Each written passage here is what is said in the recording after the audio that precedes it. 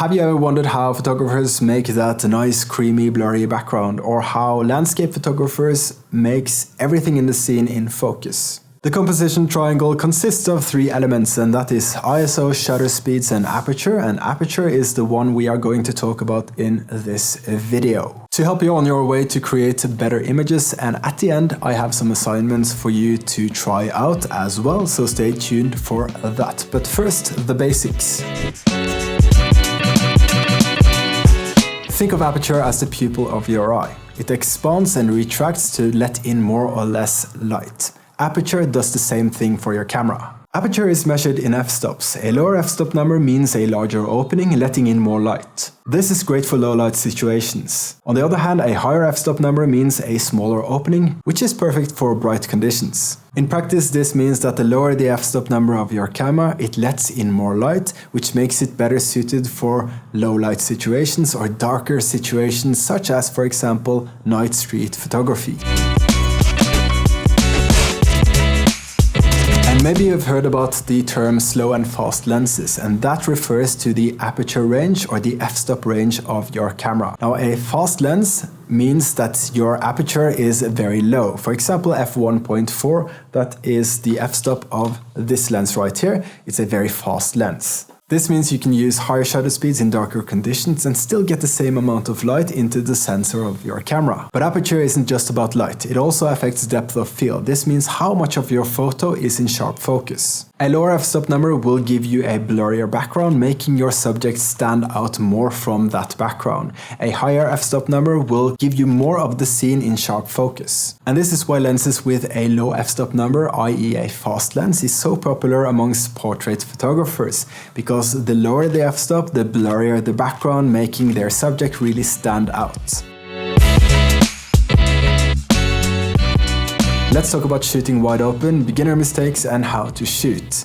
Now, shooting wide open refers to shooting the lens at the lowest f-stop number, i.e. at its fastest. Shooting wide open is another term used to describe aperture. You shoot the lens at its lowest f-stop, or fastest, or wide open. I find shooting wide open very useful for my night street photography because I can use higher shutter speeds to get the same amount of light into the sensor of my camera. Just be careful not to overdo it. My fastest lens, this one right here, it's a 35mm f1.4. Very fast, very useful for night street photography, but for portraits, you want to be careful not to use the widest or the f1.4 all the time, especially if you are doing portraits, because it can easily be overdone, making the background almost seem fake. I like to have a bit of texture in my background, especially for portraits. I think that just looks better. And this is where you can experiment creatively. On your camera, you have something called an aperture mode. I would suggest that you set everything else to automatic and then aperture mode, and you can go and put everything we've talked about in this video to practice. It's really the only way to get better and understand what aperture really is and what it does for your images. I do have some assignments for you right at the end. Let's first summarize what aperture is. And it determines how much light enters your sensor through the lens. Like the pupil of your eye expands and retracts. A low f-stop number means more light gets into your sensor, meaning you can use higher shutter speeds to get the same amount of light in. Perfect for night street photography.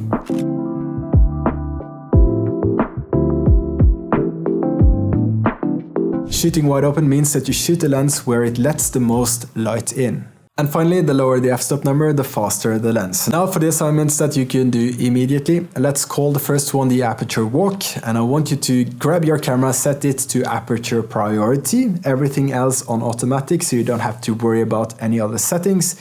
You find a stationary subject outside, like a flower, a street sign, a bike, or whatever it is, and you start experimenting. Start with the lowest f-stop number, i.e. the fastest. You take a photo and then you increase the f-stop number as you go along, and you take a series of photos at the same distance from your subject, and you see what happens. You open your photos and you compare the images there just to see how this affects your photos. And when you look at your photos, I want you to pay attention to the shutter speed. So when you are shooting at lower f-stop numbers, i.e. faster, you can see how the shutter speed is also faster, and that should give you an idea on what it means when a lens is fast. Assignment number 2, let's call that the indoor portrait, where you use a friend or a family member, or if you don't have any of those readily available, you can use a teddy bear. You set your camera to aperture priority like we talked about, everything else on automatic, and you go as low as you can or as fast as your lens can. If that's f4, that's fine. If it's 2.8, that's also fine.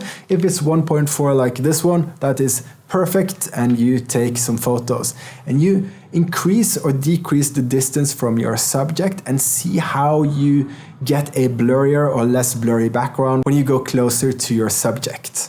Alright, and you can compare the photos, and there you have it. Now you know all about how Aperture works and how you can use that to your creative benefit. So let me know down in the description how this went for you. I would love to hear about it. And remember that photography is all about experimentation, and that is the purpose of this video, to give you the basics and then you can go out and practice after.